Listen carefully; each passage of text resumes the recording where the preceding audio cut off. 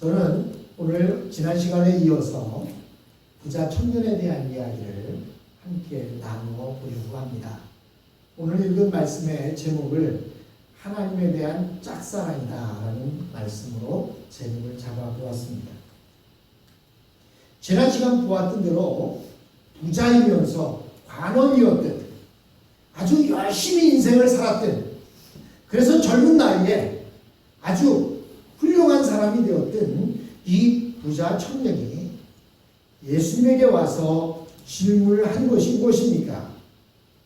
선한 것에 대하여 질문을 했습니다.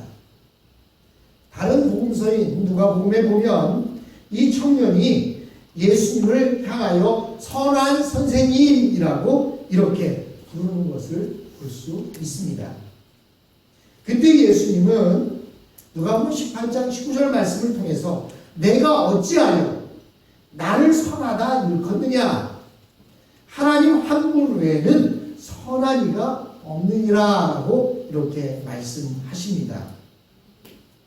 여기서 우리가 놀라게 되는 것은 과연 예수님은 선하지 않느냐라는 것입니다. 예수님은 선하십니다. 예수님은 절대적으로 선하신 분이십니다. 그런데 예수님께서 이 부자 청년에게 어찌하여 나를 선하다 하느냐라고 하신 것은 도대체 내가 무엇을 안다고 나를 선하다, 선하지 않다 말하느냐라고 하는 뜻이 담겨 있습니다.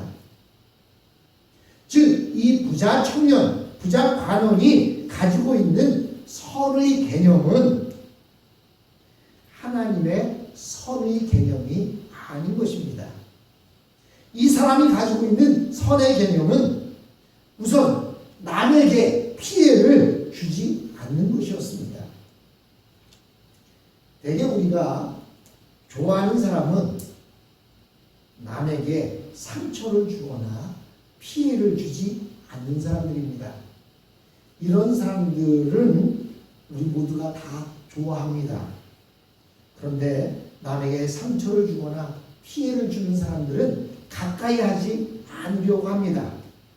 그러다 보니까 사람들은 비슷한 성향을 가진 사람들끼리 친하게 지내게 됩니다. 그 이유는 그래야 상처를 주지도 않고 상처를 받지도 않기 때문입니다. 그리고 여기서 한 걸음 더 나가서 이 사람이 말하는 선은 자신의 손해를 감수하고 다른 사람을 도와주는 것, 그것을 선이라고 생각하고 있었습니다. 그러나 이것은 하나님 앞에서 선하다고 할 수는 없는 것입니다. 왜냐하면 이것은 본능적인 사랑이기 때문입니다. 다른 사람을 도와주는 것, 이것은 본능적인 거예요. 예를 들어 어떤 어미 사자는 자기 새끼에게 희생적인 사랑을 하게 됩니다. 사자 그러면 아주 포악한 맹수로 생각하지만 그도 어린 사자 새끼들에게는 사랑으로 그를 아끼고 희생적으로 돌봅니다. 어미 사자는 새끼들을 위해서 먹을 것을 양보하기도 합니다. 또한 이 어미 사자는 맹수들이 자기의 새끼들을 해하려고 찾아오는 것을 보면 새끼들을 지키기 위해서 맹렬하게 싸우기도 합니다. 그러나 사자가 이렇게 하는 것은 그 사자가 선한 짓이기 때문에 그렇게 하는 것이 아닙니다. 이것은 종족을 보존하기 위한 본능적인 선에 속하기 때문입니다. 마찬가지로 사람들이 선하다고 생각하는 개념은 인간의 충족을 또 인간의 종족을 보존하기 위한 본능적인 선에 속한 것이지 그것이 하나님이 생각하시는 선이 될 수는 없는 것입니다.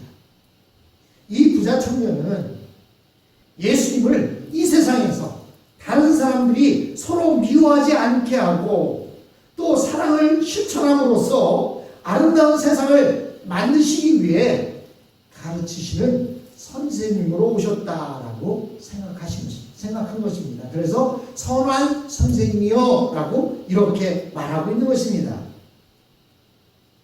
그래서 이 부자 청년은 선한 선생님에게 찾아와서 자신이 가지고 있는 재물과 자신이 가지고 있는 권위를 가지고 예수님의 선한 일을 돕고자 생각했던 것입니다. 그래서 이 부자 청년이 예수님에게 찾아와서 내가 어떻게 하여야 구원을 얻을 수 있습니까? 라고 이렇게 묻고 있는 것입니다.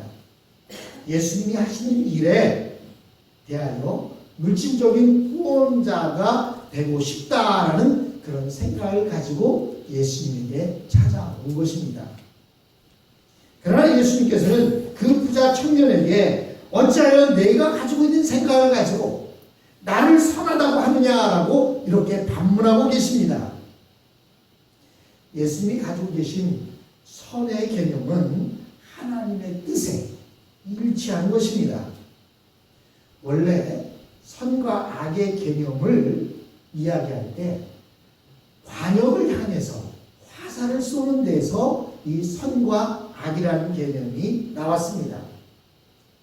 여러분, 우리나라 양궁 선수들은요, 세계 어디에 내놔도 어떤 대회를 가도 거의 모든 금메달을 삭스러울 정도로 양궁의 탁월한 실력을 가지고 있습니다. 그래서 아시안게임 10연패를 한다든지 또는 올림픽에서 계속해서 금메달을 따옵니다. 근데 많은 사람들이 왜 이렇게 한국 사람들이 활을 잘 쏘느냐? 그것은 주몽의 후예이기 때문이다. 이렇게 말합니다. 주몽은 활 쏘는 자라는 이름의 뜻을 가지고 있지 않습니까? 주몽의 후예라서 활을 잘 쏜다 이렇게 말합니다. 근데요, 이 한국 선수들은 관역에 가운데에 골드라고 하는 그 성이 있어요. 그 골드를 맞히면 10점을 부여받게 되는데 10점뿐만 아니라 그 가운데 가장 가운데에 점이 하나 있습니다. 그 점이 왜 있는지 아십니까?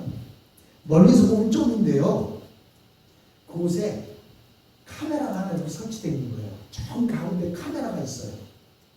그래서 그 카메라로 선수가 활을 쏘는 장면을 촬영을 하고 있는 겁니다. 근데 이 한국 선수들이 얼마나 활을 잘 쏘는지, 한 선수가 활을 쐈는데 그 정 가운데 그 카메라를 딱 맞추는 바람에 카메라가 깨지는 그러한 일이 있었다고 합니다. 성경에서 말하는 선이라는 것은 뭐냐? 관역을 향해 쐈을 때, 이 활을 쐈을 때 활이 그 골드 가운데 정확하게 꽂힐 때 그것을 보고 선이라고 말하는 겁니다.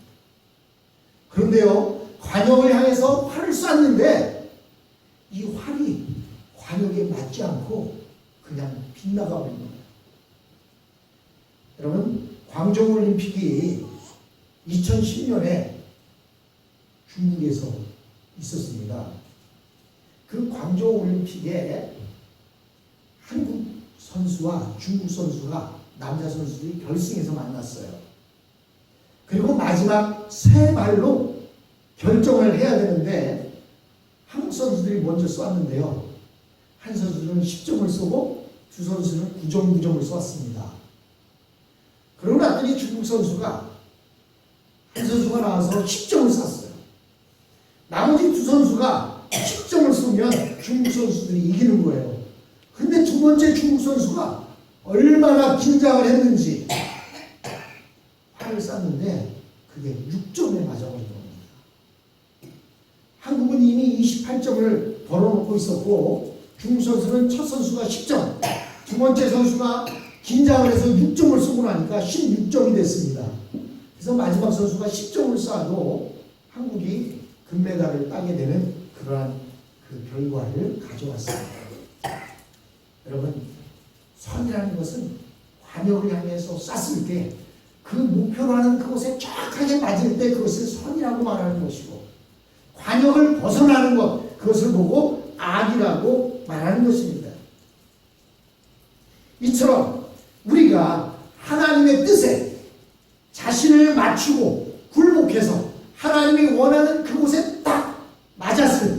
그것을 보고 선하다라고 말하는 것입니다. 우리가 그렇게 할 때 하나님은 자신의 능력을 우리에게 주셔서 다른 사람들에게 복이 나타나게 하십니다.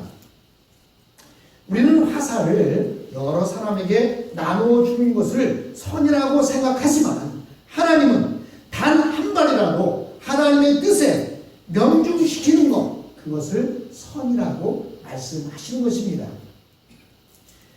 양궁 선수들이 그렇게 활을 잘 쏠 수 있으려면 그냥 잘 쏠 수 있을까요? 얼마나 피나는 훈련을 했는지 모릅니다.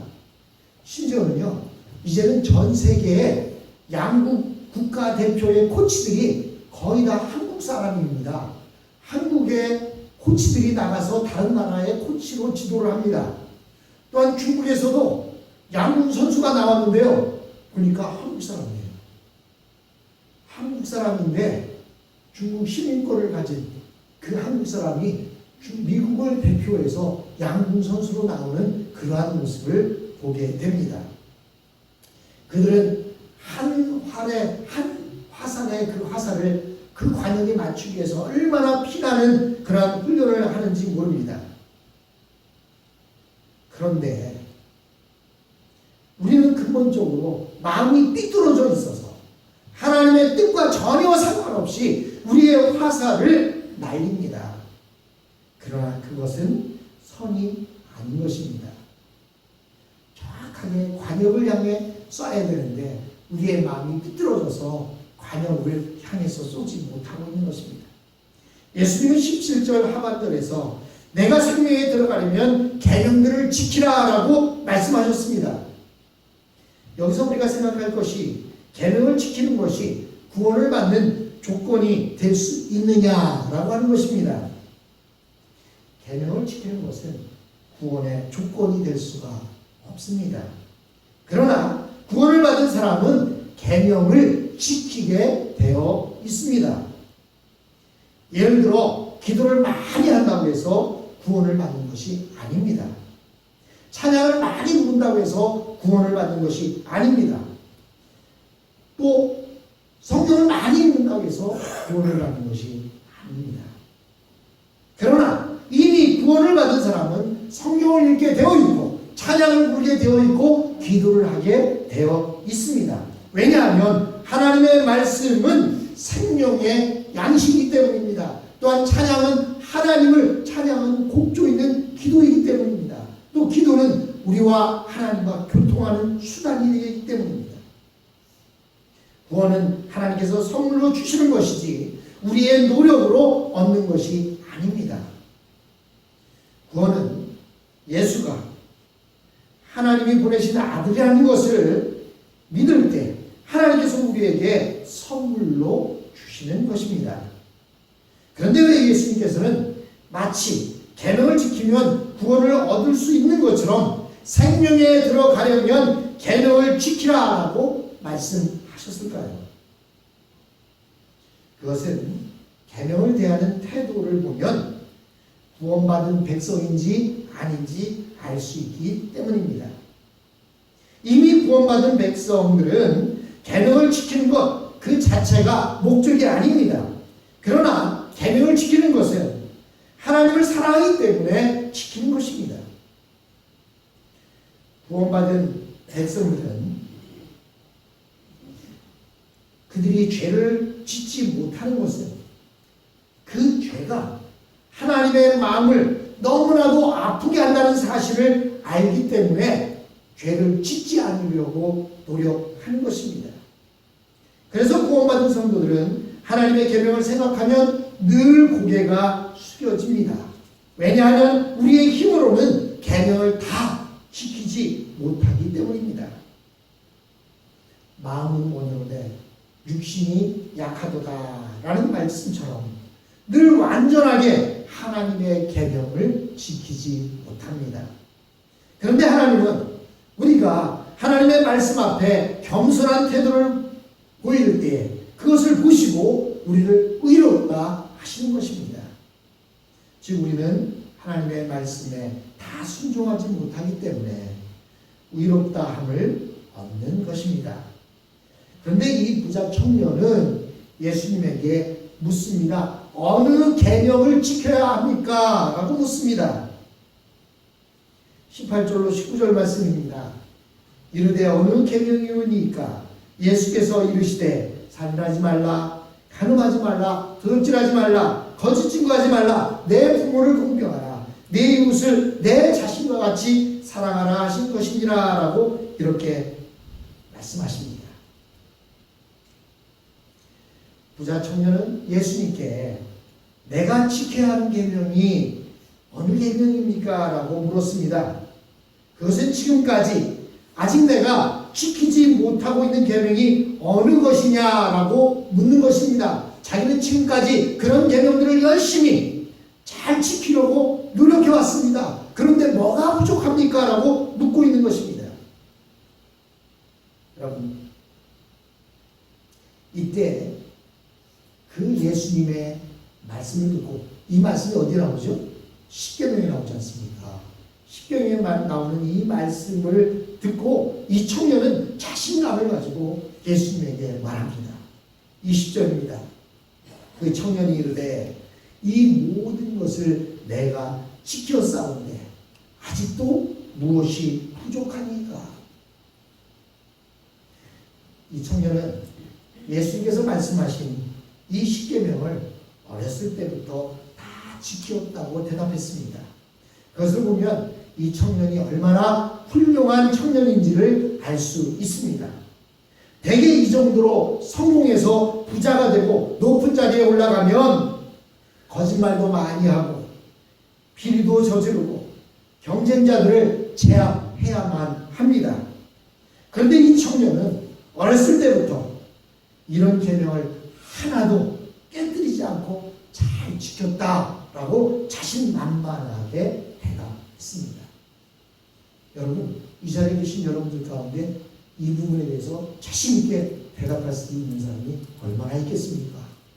그런데 이 부자 청년은 자신 있게 내가 어려서부터 이것을 잘 지켰다 이렇게 말하고 있습니다. 감히 예수님 앞에서 이렇게 대답할 수 있을 정도라면 이 청년은 정말로 훌륭한 사람이었습니다. 그러나 이 청년에게는 무엇인가 부족한 것이 있었습니다. 사실 이 청년에게는 자기가 말한 대로 크게 부족한 것이 있었습니다. 그것은 지금까지 이 청년은 자기 힘으로 계명을 지키며 자기 힘으로 신앙생활을 해오고 있었던 것입니다. 이것은 아직 인격적으로 하나님을 만나지 못하고 자기 자신의 힘으로 신앙생활을 하려고 몸부림을 쳤다는 것을 의미합니다. 즉, 이 청년은 지금까지 지옥에 가지 않기 위해서 계명을 지키고 심판을 받지 않기 위해서 신앙생활을 해온 것입니다. 그렇기 때문에 아직 마음속에는 죄 용서의 확신이 없었고 인격적으로 하나님을 만난 체험이 없었던 것입니다. 다시 말해서 이 청년은 아직 하나님을 짝사랑하고 있었던 것입니다. 이것을 요즘식으로 표현하면 거듭나지 못한 상태에서 자기 힘으로 구원을 얻기 위해 몸부림을 치고 있었던 것입니다. 그런데 이런 신앙의 특징이 이들에게는 아들됨의 자유가 없었다는 것입니다. 이는 마치 노예가 주인의 뜻을 거역하지 않으려고 열심히 노력하며 사는 것과 같습니다. 그러나 예수님을 믿는 사람들이 하나님의 말씀에 순종하는 이유는 지옥에 가지 않기 위해서가 아니라 그것이 아버지를 기쁘게 하기 때문에 순종하는 것입니다. 아들은 아버지의 말씀을 기계적으로 순종하지 않고 자기 나름대로 소화해서 아버지의 뜻을 행합니다. 그러나 종들은 어떻습니까? 종은 주인의 명령을 소화해서 지킬 능력이 없습니다. 왜냐하면 종에게는 그러한 자유가 없기 때문입니다. 종은 주인의 명령을 그대로 지킬 수밖에 없습니다. 그리고 종은 그 중에 하나라도 어기면 책망을 받고 책질을 당할 수밖에 없습니다. 또 우리는 이것을 회사의 사장과, 즉 회사의 사장의 아들과 직원의 관계에 비교할 수가 있습니다. 회사의 직원은 사장의 한마디, 말 한마디에 모든 것을 완벽하게 해놓습니다. 특히 유능한 직원이나 여직원 같은 경우에는 사장의 마음에 꼭 들도록 일을 완벽하게 해놓습니다. 그러나 직원이 그렇게 하는 것은 사장을 사랑해서 그렇게 하는 것이 아닙니다. 직원이 일을 잘하는 것은 그곳이 바로 자기의 직장이고, 그렇게 해야 사장의 눈에 들고 인정을 받기 때문에, 그리고 직급이 올라갈 수 있기 때문에 그렇게 하는 것입니다. 그러나 아들은 아버지가 시키는 대로 그렇게 잘하지 못합니다. 왜냐하면 집은 직장이 아니고 승진할 필요도 없기 때문입니다. 자녀에게, 사장에게 잘해주는 것은 아버지이기 때문이고 아버지를 사랑하기 때문입니다. 그래서 아무리 유능한 직원이라 할지라도 사장의 자녀가 될 수는 없습니다. 유능한 직원이 아들이 되려면 어떻게 해야 됩니까? 사장의 딸과 결혼을 하거나 아니면 양자로 들어가는 길밖에 없습니다. 율법은 이 세상에서 가장 탁월한 하나님의 말씀이지만 종들을 위한 말씀이었습니다. 그래서 이 말씀을 지키면 잘했다 칭찬을 듣는 것이고, 지키지 않으면 책망을 듣는 일이었습니다. 그래서 율법으로는 아들이 될 수가 없었습니다. 그러나 자녀들은 율법을 지킵니다. 왜냐하면 구원을 받으려고 지키는 것이 아니라 아버지의 뜻을 존중하기 때문에 지키는 것입니다. 오늘 이 부자 청년은 예수님에게 왔습니다.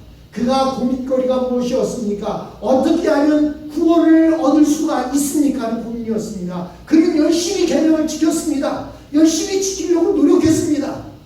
그리고 넘어질 때도 있었을 것입니다. 그러면 양이나 재물을 빌어서 하나님 앞에 죄를 사해달라고 기도했을 것입니다. 하지만 그는 끝끝내 그런 계명들을 지켰지만 그 속에는 주님을 만난 그 감격도 없었고, 내가 죄를 용서받았다라고 하는 확신도 없었습니다. 왜 그렇습니까? 그는 종처럼 율법을 지켜서 구원을 얻으려고 노력했기 때문입니다. 그러나 구원은 그렇게 주어지는 것이 아닙니다. 나를 구원하시기 위해 이 땅에 오신 예수 그리스도, 그 예수 그리스도를 믿음으로 인하여 구원을 받는 것입니다. 혹시나 많은 사람들 가운데, 세상에 많은 사람들 가운데 착하게 살려고, 남의 노래 잘 들어보려고 아주 많은 사는 사람들이 있습니다. 물론 세상에 착하게 사는 것 좋습니다. 그러나 그렇게 착하게 산다고 해서 구원받는 것이 아닙니다. 물론 구원받은 우리들 착하게 살아야 합니다. 왜 착하게 살아야 하죠? 구원받았기 때문에, 주님이 그것을 원하시기 때문에 구원받은 우리들은 그 주님의 말씀에 존중해서 이 땅에서 착하게 살아가는 것입니다. 구원받기 위해 착하게 사는 것이 아니에요. 구원받았기 때문에 착하게 사는 것입니다. 사랑하는 성도 여러분, 저와 여러분들은 구원받은 자들입니다. 예수님을 만난 자들입니다. 그렇다면 예수님이 기뻐하시는 대로 우리가 이 땅을 살아야 됩니다. 착하게 계명을 지키면서 살아가는 저와 여러분이 되었으면 합니다. 모두 자리에서 일어나겠습니다.